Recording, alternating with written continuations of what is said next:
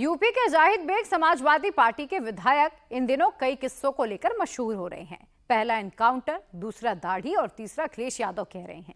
Bag मुसलमान है और इसीलिए परेशान किए जा रहे हैं। जाहिद बेग के साथ कोर्ट में क्या हुआ, क्यों विधायक जी नंगे पैर दौड़कर अदालत पहुंचे, कैसे यादव, दारोगा और जाहिद बेग अब सामने हो गए हैं, आमने सामने आ गए हैं, पूरी डिटेल रिपोर्ट यहां देखिए।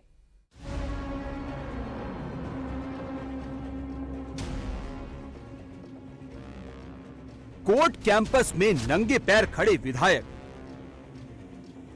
पुलिस, वकील और लोगों की भीड़। कुर्ते का बटन टूटा, कपड़े अस्त व्यस्त। ऐसा लगा विधायक जी कुश्ती लड़कर अदालत पहुंचे। मैं ना गुंडा हूं ना बदमाश हूं। कोर्ट में घुसने से पहले दंगल तो मचा, पुलिस और विधायक में खींचातानी हुई। आप लोग देख रहे हैं जो कुछ हो रहा है, तरह से बिहेव किया गया है। जिससे न्यायालय के अंदर मुझे पीटा गया, पुलिस वालों ने पीटा, ये सब लोग देखा है। हम लोग मैं ना गुंडा हूं ना बदमाश हूं। जिस तरीके से किसके इशारे किया जा रहा है, क्यों किया जा रहा है, मुझे इस बात का पता नहीं। ये है भदोही के सपा विधायक जाहिद बेग। दाढ़ी कटवाकर, लुक चेंज कर जाहिद बेग चुपचाप कोर्ट में सरेंडर करने आए थे। पूरे सीक्रेट प्लान के साथ जाहिद बेग डिस्ट्रिक्ट कोर्ट पहुंचते हैं। लोगों की नजरों से बचते हुए गेट नंबर 2 से कोर्ट में एंट्री करते हैं। लेकिन 10 दिनों से फरार चल रहे जाहिद बेग के सीक्रेट प्लान की खबर पुलिस को भी लग गई। जाहिद बेग के कोर्ट पहुंचने से पहले पुलिस की फील्डिंग भी लग गई। सुबह से जाहिद बेग का इंतजार हो रहा था। जाहिद बेग जैसे कोर्ट कैंपस में दिखे, पुलिस ने उन्हें अरेस्ट करने की कोशिश की। जो ही वो वकीलों के कैंपस में आते हैं, त्यों ही बिना कुछ बताए, बिना कोई वारंट दिखाए, 2 पुलिस इंस्पेक्टर जाहिद बेग को पकड़ करके उनको दबोच लेते हैं, उनको जमीन पर गिरा देते हैं और उनके कपड़े फाड़ देते हैं। और मैं ये चिल्लाता रहा, कहता रहा कि इनकी बाईपास सर्जरी हुई है, कोई घटना हो जाएगी, आप लोग ऐसा क्यों कर रहे हैं। इसके बावजूद भी वो छोड़े नहीं।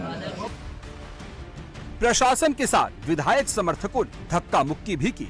पुलिस वालों की वर्दी फाड़ने के आरोप भी लगे। पुलिस वालों से बचते भागते जाहिद बेग ने कोर्ट में सरेंडर कर दिया। जो चीज हुआ आप लोगों ने देखा है।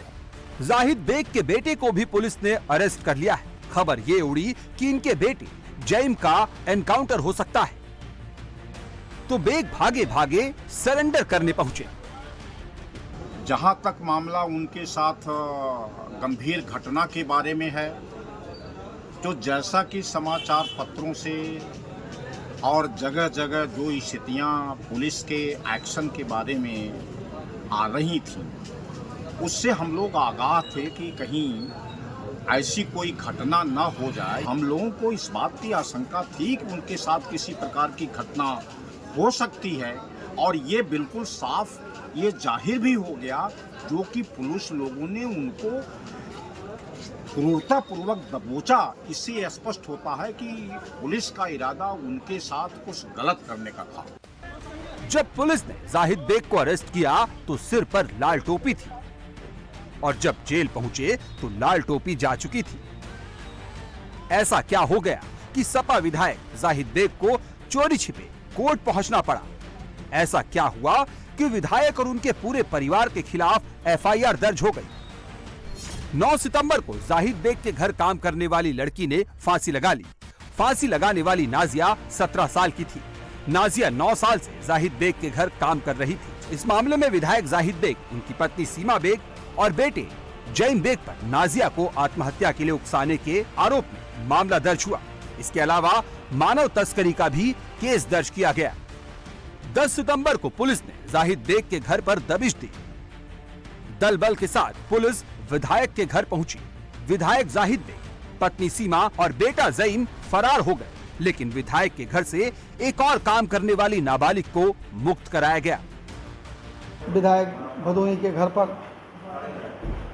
जाया गया, जहां पर एक नाबालिग बालिका मिली है और बच्चे तो वहां नहीं मिले, चूंकि श्रम अधिकारी जेपी सिंह खुद वहां नेतृत्व कर रहे थे और ये सूचना पर ये बच्ची मिली। पुलिस ने विधायक के बेटे ज़ईम बेग को गिरफ्तार कर लिया, लेकिन विधायक जाहिद बेग 10 दिनों से फरार चल रहे थे। सपा के दबंग विधायक अब वांटेड हो चुके थे।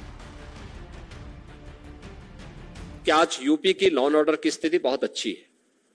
हम लोगों ने यहां पे इस पे ध्यान दिया। मुझे याद है, सुशासन की पहली शर्त है सुरक्षा। जब व्यक्ति ही सुरक्षित नहीं तो पूंजी कैसे सुरक्षित रह पाएगी, और इसलिए पहली शर्त होती है सुरक्षा की। सरकार ने इस पर बिना किसी टॉलरेंस के हमने इस मुद्दे पर पूरी प्रतिबद्धता के साथ कार्य किया। आज परिणाम हम सबके सामने है। जाहिद बेग की पत्नी सीमा भी फरार है। जाहिद बेग को भारी सुरक्षा के बीच जिला कारागार भदोही से नैनी सेंट्रल जेल ट्रांसफर कर दिया गया है। बेटे ज़ईम बेग को वाराणसी जेल शिफ्ट कर दिया गया है।